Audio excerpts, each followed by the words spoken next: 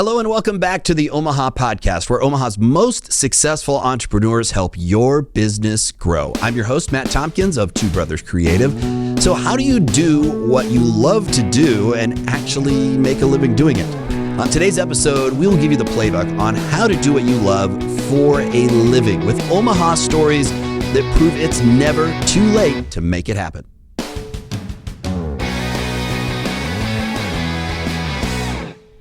It's interesting when you grow up, as they say, and I'm not saying I'm grown up in that sense, but as you get older, you have a new perspective. You look back on all the years so far in your life, and there are pivotal moments that you could have gone one direction and maybe other people in your life did. Specifically, I remember when I was about 24 years old, I was going to school and I started interning at Clear Channel Radio there for KFAB, and I loved it. I finally found this thing, it fit. So I spent every day up there all the time. At the weekends, my friends would give me so much grief on Friday and Saturday for not going out, and they would go out. Well, they had jobs, they worked construction, they had their own apartments, and I was living with my mom and dad. The joke was I would have to tell girls like, no, I have 3 roommates. My mom, my dad, and my brother, but which Except didn't it wasn't work. a joke. It wasn't a joke. It didn't work. And you're still living with your mom. I'm still living with and Ben too. We're a very cohesive family unit. But I felt embarrassing at the time, and I thought, man, I love doing this, but maybe they're right. Maybe I should just take a normal job at whatever that is. And I didn't. I stuck with it. It was 3 months into that internship that a position opened up. I was hired part-time for a couple weeks, and then a full-time position opened up, and I spent 12 years working right there in that radio station, 17 years in radio, and eventually in television. It was making that decision that kind of shaped the rest of my life. And I look at these other people, not in judgment or anything, but I wonder, are they really happy because they're still doing that same job? Those 70-hour-a-week construction jobs that are hard on your body when you're 24, let alone when you're 41. And I just wonder, do they look back the same way and regret, And I think that's a big motivator. 40 years from now, am I going to regret not doing things I love, missing out on those opportunities? And today we're talking about how to do what you love, how to make a living doing what you love. Recently, Kathy Thayer at Fabric Bash expanded her footprint of her quilting business by nearly 15-fold. It's now a quilting destination across the country. But it wasn't that long ago that Kathy left the life of a massage therapist that specialized in cancer patients, and she wanted to do something that she was passionate about. She wanted to make a living doing something in the quilting and fabric world. And that's a really tough decision to make. There's a lot of fear involved. And over the course of 3 or 4 or 5 years, she talked about it. And eventually, she took the leap of faith and she did it. And her business is growing by leaps and bounds now. But Kathy is not the normal person. The average person in America is so fearful of doing something they love that they don't do it. And it will haunt them the rest of their lives. Similar to you, Matt, I thought I knew what I wanted to be when I grew up, but I didn't dig in like you did. And were you in journalism in high school? No. I would make up information in all my articles, so they ended that pretty quick. The journalistic integrity. Our principal has 3 ears. I swear I was there. I'm a journalist. No, that was what I lived and breathed. And in the creative side, and the photography side, on the writing side, I was an editor, and I just knew that was what I wanted to do. And went to school for advertising and marketing, and went down to the University of Kansas, and moved back up to Omaha when I was 22 years old. And it's a little ironic. I think I've shared this with Joe before, but I applied for what would have been my first advertising job downtown, which is an agency that's no longer in existence, and it happens to be right across the street from where our office is down on 26th and Harney. But it took me 20 years to get back there. I did. So that dejected me so much at that time. But I also happened to be working a job. I was doing the job, as I was pursuing what I wanted to do. Well, then that job hooked me. And for 20 years, I had a career in human services and sat on the Douglas County Juvenile Drug Court treatment team for a decade, and did a number of different things. And that's actually how Joe and I met. I was the executive director of a nonprofit, not doing what we're doing today. I'm now doing what I wanted to be. I want to clarify something, just so the listeners are clear. I was not one of the delinquents. That's not how we. It's not how we met. He is today. Not yeah, wasn't today. Back then. It's changed. Yeah. Things have changed. But no, and this was a wonderful nonprofit serving those that are differently abled, children and adults, and I was the executive director, and Joe came in and did some incredible consulting for the business, and then also was leading a capital campaign and raising money. And I remember a conversation. I think, Joe, you asked me, what do you want to be when you grow up? and I was just north of 40, and you were nudging it. Younger. Yeah. And, it really kind of occurred to me at that time that, it's not too late. No. When we get asked that question, we always sell ourselves short, way short. I would ask college students when I was teaching as an adjunct. I would ask them, well, what do you want to do? What do you want to be when you grow up? And they would laugh, and I said, no, seriously, I want to know. Like, well, I am grown up now. It's like, no, you're not yet, not until you're doing what you're meant to do. That's really when you kind of hit that stride and you're happy, you feel fulfilled. I mean, we've all been in those jobs or positions. We don't feel fulfilled, and that really wreaks havoc on your mental health, on your physical health, and it's pretty quick how that can just be a slippery slope, and everything can slide to a point where you wonder, how did I get here? How did I get to this place? I'm not happy with anything. And I think it's those moments, it's those key moments that do come along in all of our lives. We're faced with that question, do you want to go this way? So that maybe the easier, seems like the easier way, might get a lot harder down the road. This is hard right away, but it could end up being what you're meant to do. It could end up being amazing. And it involves risk. Yeah. And people are risk averse. Yeah. I suspect that the average person will never tell even their closest confidant what they really want to be when they grow up. They won't even tell their spouse. Because once they tell somebody, then they'll be challenged. Well, why don't you do that? And that gets difficult. Yeah. I want to hit on there are a lot of tools that you can use today that didn't exist 20 years ago, even 2 years ago. Everything from Patreon, which our friend Jeff Katerba uses. A lot of artists and people, podcasters, use that. You have OnlyFans. I don't know if you've checked out my OnlyFans page, but it is popping. I mean, it is.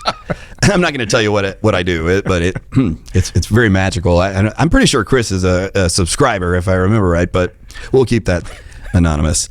But the point is, whatever you want to do, there is actually a way to do it. It's much more tangible today than I think it's ever been before. So I know, Joe, you've had a lot of experience working with people to make their dream a reality. That seems like you could not make any money. It seems impossible to make money doing that, but they figure out a way to do it. How do they do that? Okay, first, I see the business world or making money or careers as windows and doors. That's the way I have always viewed it, and it's not necessarily a popular viewpoint.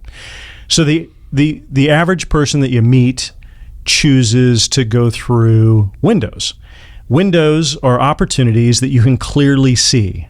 You're going to be an advertising executive. You're going to be a restaurant chef.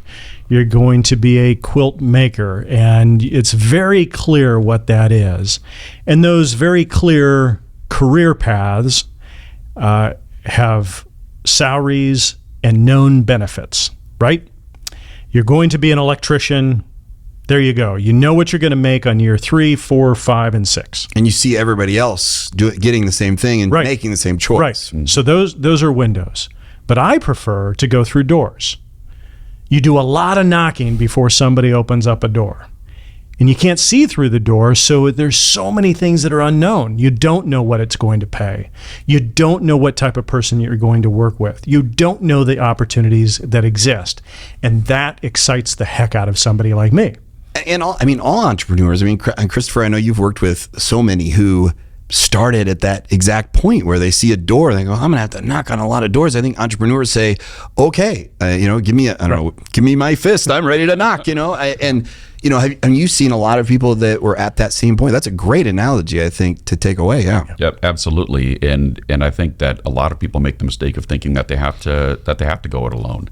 And so therefore they don't feel as though they have the energy, or maybe they really don't have the energy or the knowledge, and being able to know that there's support out there, whether it's in funding, as we'll be discussing, funding or just support and services, their dream is attainable.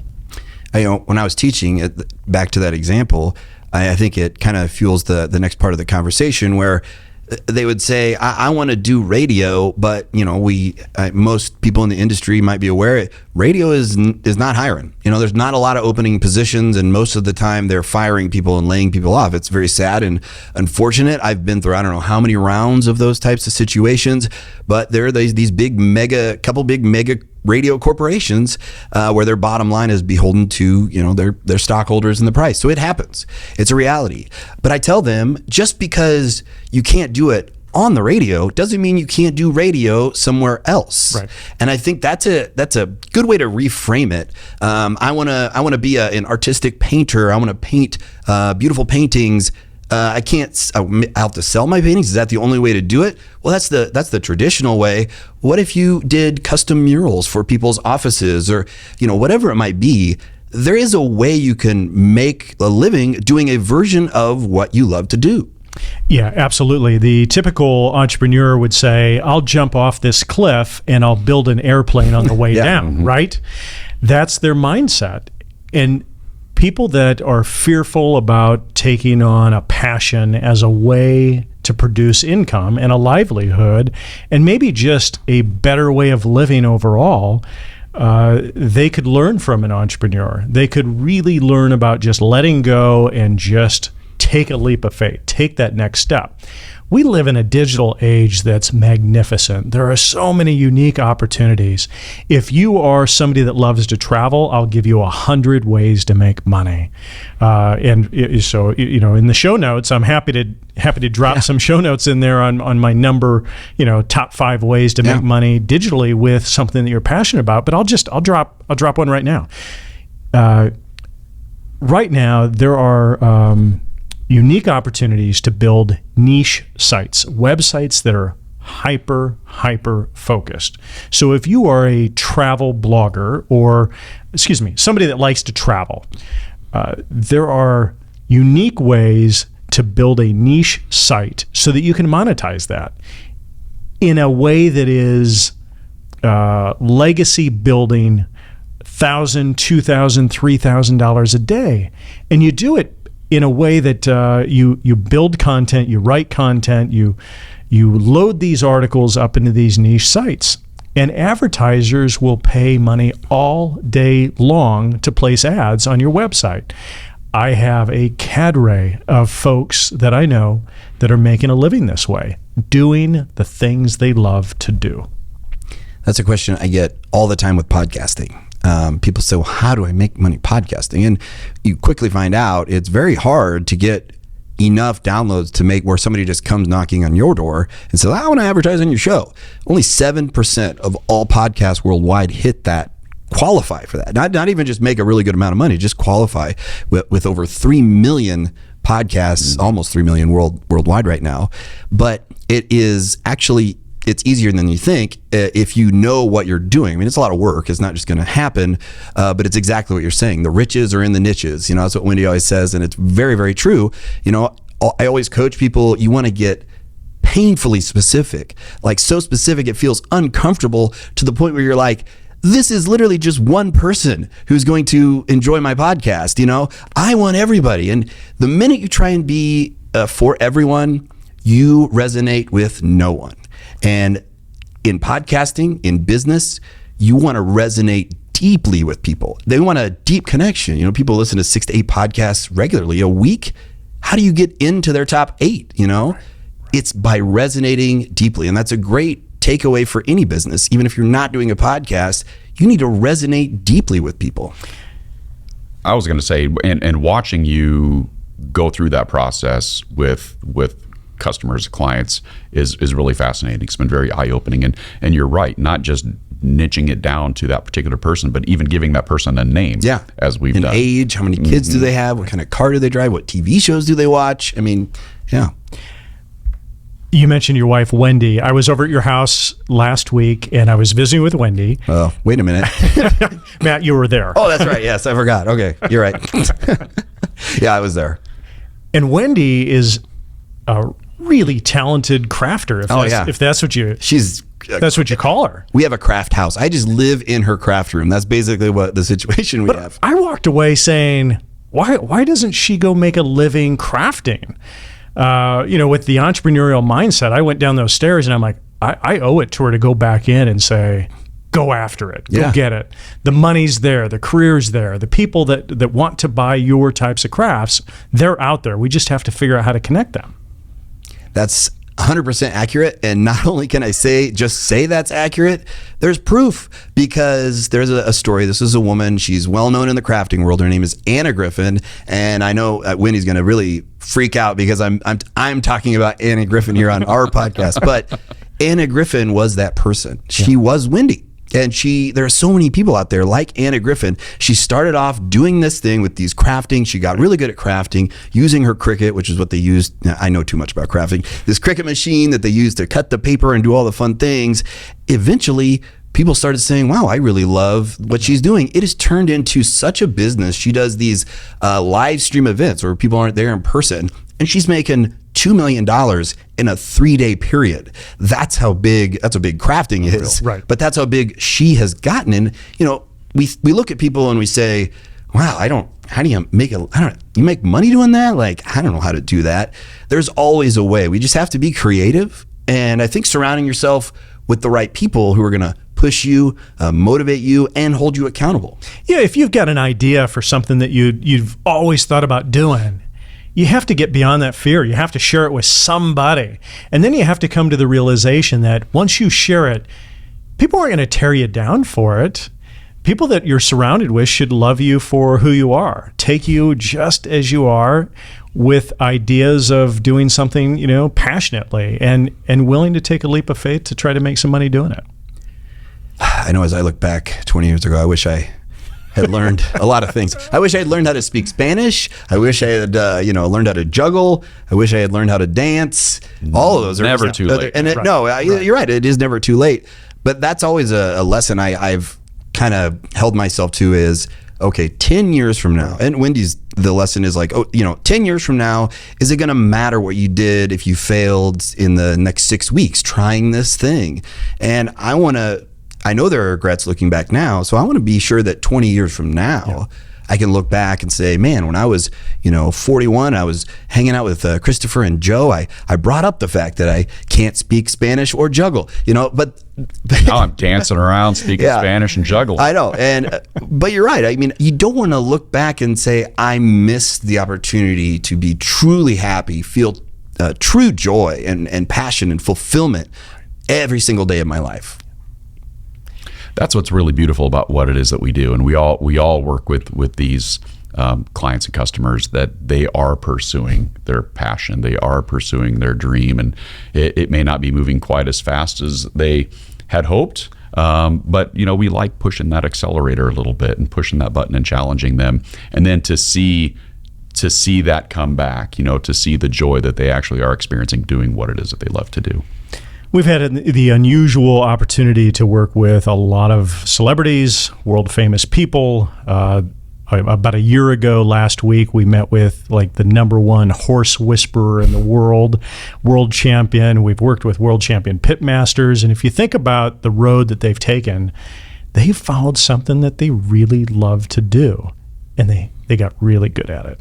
That's a great place to kind of wrap things up, because I know you mentioned including some information, some links in the show notes for we have some that are just basics on how to recognize what you actually love to do, what you want to do, and then how to do it. And those some of those things, like the 5 things you mentioned you can make money digitally. But I also want to just kind of vouch for what I've witnessed firsthand over the last year plus with Joe and Christopher, because the stories you tell me, the things I see from a woman who has a boutique in a small town that is this big time, big city level income success just using a simple app on her phone. These incredible stories of the musicians and the famous people. My point is that it's all random. None of them are all the same. They're all different, but they share what I think you have in common, which is you're an entrepreneur and you want to do what you love. And if those are all different and they can do it, find that team to help you make your dream a reality. Matt, the boutique owner that you're speaking of, highly educated, multiple degrees, went to medical school and hated it, and dreamt of a day that she could make money in the fashion world. So one day she had enough guts to put a pair of shoes online for sale.